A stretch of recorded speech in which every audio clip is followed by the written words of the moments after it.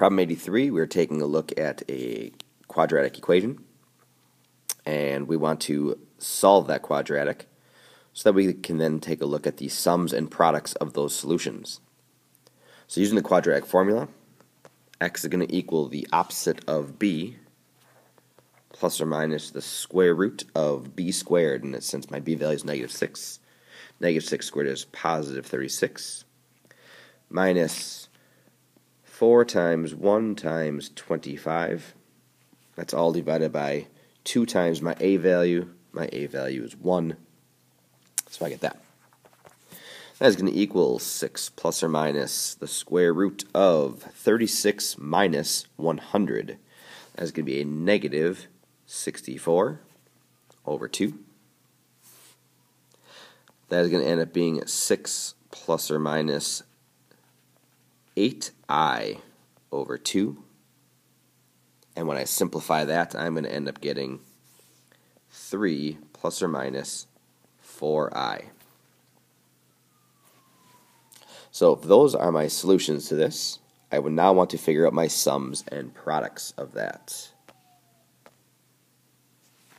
So my solution of 3 plus or minus 4i, that is going to be 3 plus 4i and 3 minus 4i.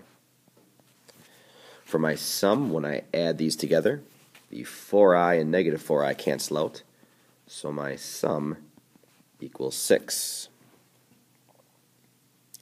When I want to do the product, I'm going to make myself a generic rectangle. So I have 3 plus 4i and 3 minus 4i, giving me 9, a negative 12i, a 12i, which these two will cancel each other out when added together. And then the top right box, I will get a negative 16i squared. Since the I squared is a negative 1, negative 16 times a negative 1 is going to equal a positive 16. Now I'm going to combine my like terms here, and those are going to be 25. So the product equals 25.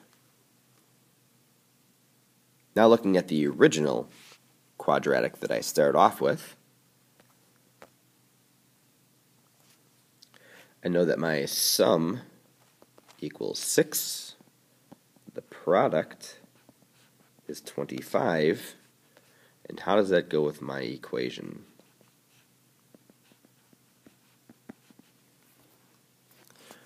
Well, my b value is a negative 6, the sum was a positive 6, those are opposites. My product is 25, and my c value is 25. So the sum is going to be the opposite of your b value, and the product is going to be your c value. So that's one way that you can use sums and products to come up with quadratics.